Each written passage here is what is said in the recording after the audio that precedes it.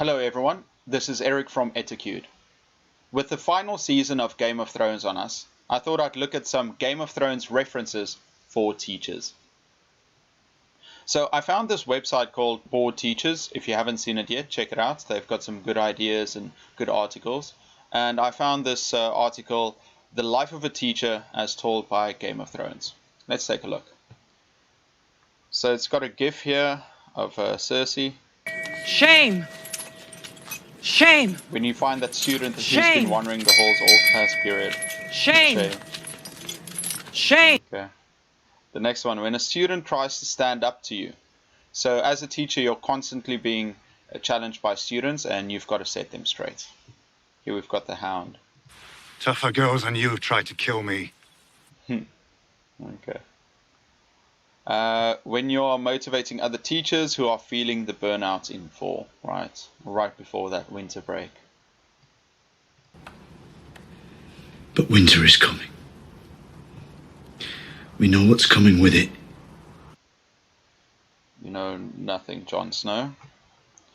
When you're tired of reading bad student work, Tyrion. Is that bad poetry, or is it supposed to mean something? Tyrion is one of the best characters in the show by far. I think a lot of teachers can also relate to what he's going through. He's always educating other people and teaching them something.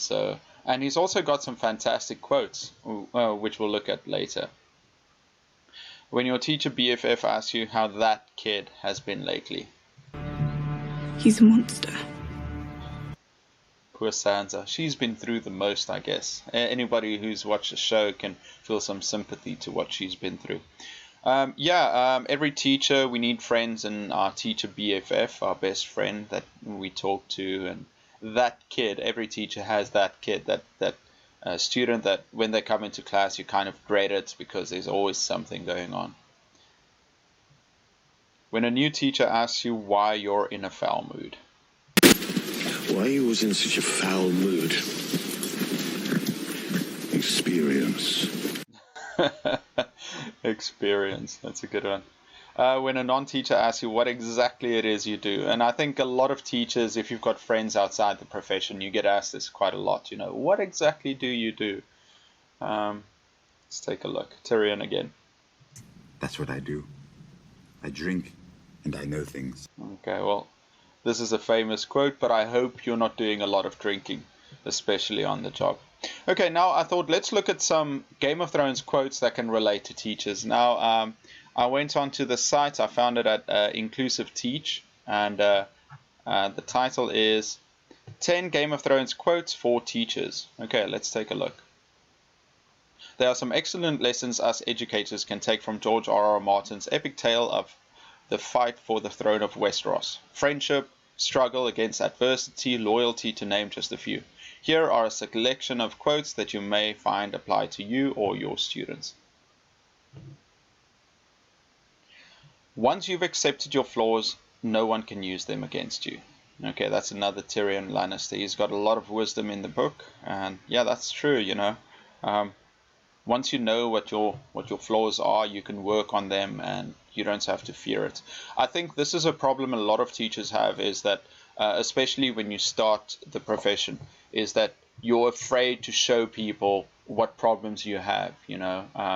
We all have some points that we're not very good at, and we're very insecure to show it to other people. And I think once you've reached that point where you accept your flaws, that's when you can start working on them and ask other teachers for help. So I think, as a teacher, find those flaws, expose them, and that's the only way that you can heal.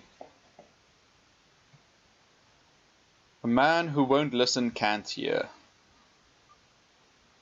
Okay, so what does this mean?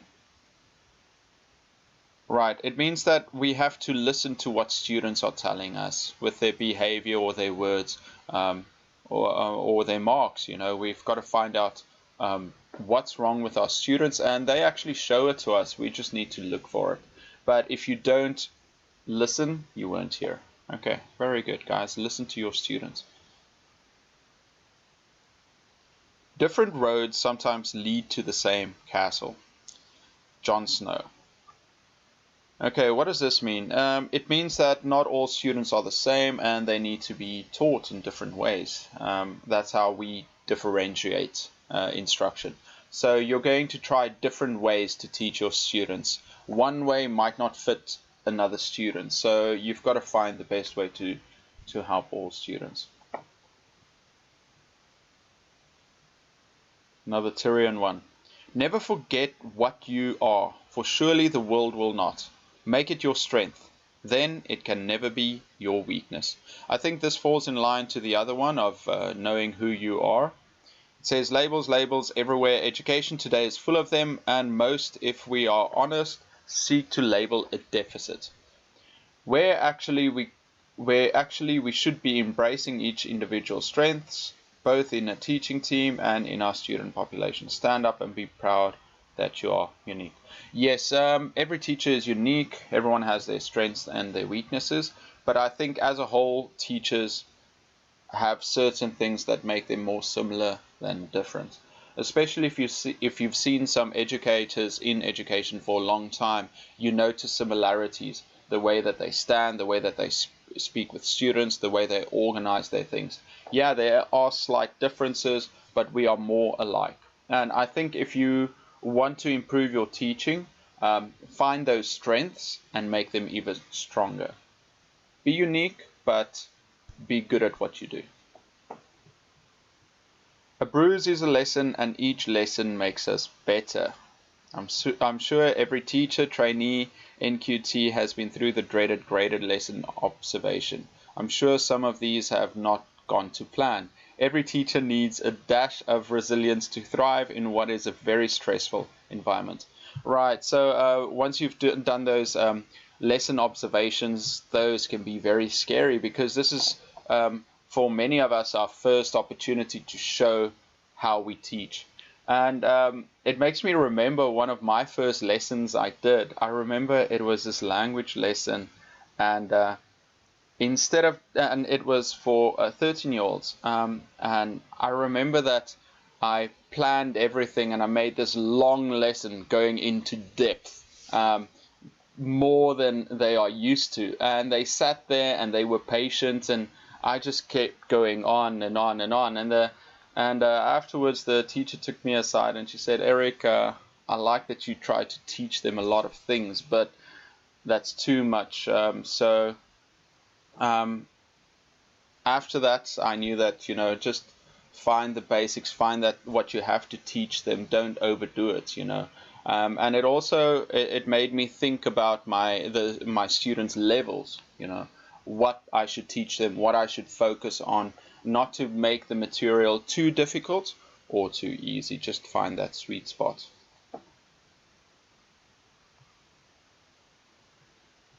A mine needs books as a sword needs a whetstone, if it is to keep its edge. Many of the best teachers see themselves as learners always looking to hone their craft. Our book reading doesn't finish with a teaching certificate. Very true.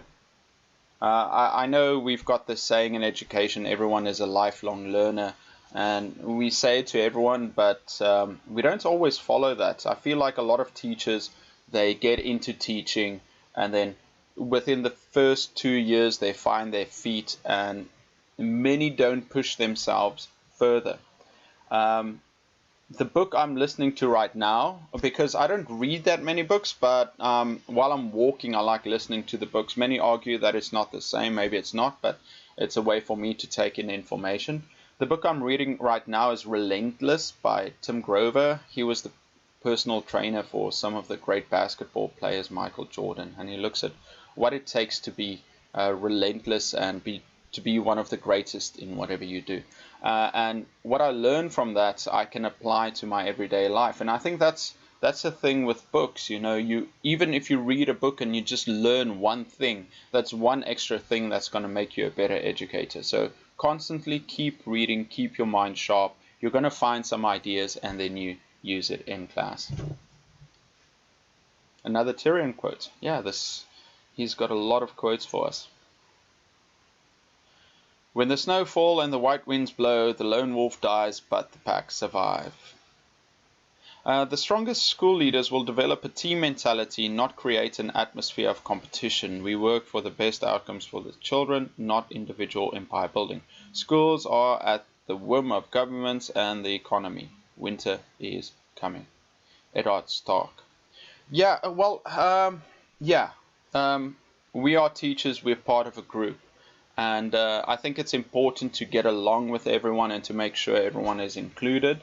Because if we support everyone, the group is stronger.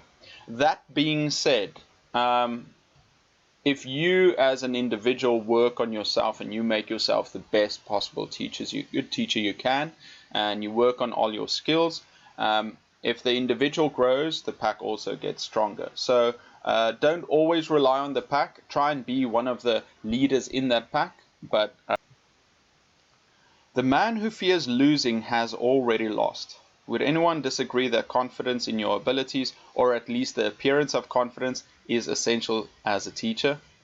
Definitely. Students can only respect you and feel safe if they're with a teacher that is confident. So if you aren't confident, fake it. Look at some great teachers out there, some teachers that you respect, and then copy what they're doing, or just copy their appearance. Fake it till you make it. That confidence comes after time. So if you don't have enough experience yet, just take some experience from the future, right? So even if you're not a great teacher now, just believe that through hard work you're going to get better, and try and copy that teacher that you aim to be.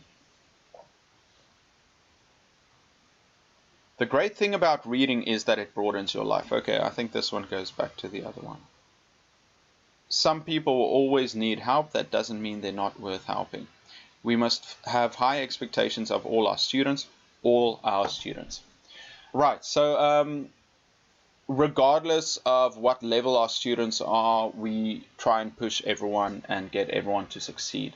That means we shouldn't leave some students behind, but I would also like to remind you to also push those students that are already doing very well. Many times we see, they're doing well, and then we try and focus on the ones that are struggling. Don't. Push those students that are doing very well to new limits and help those that are still struggling. Don't forget that. Okay, everyone, with that, I'm going to end this. Just a quick fun look at how Game of Thrones can impact teaching. I hope you enjoyed it. Who is your favorite Game of Thrones character?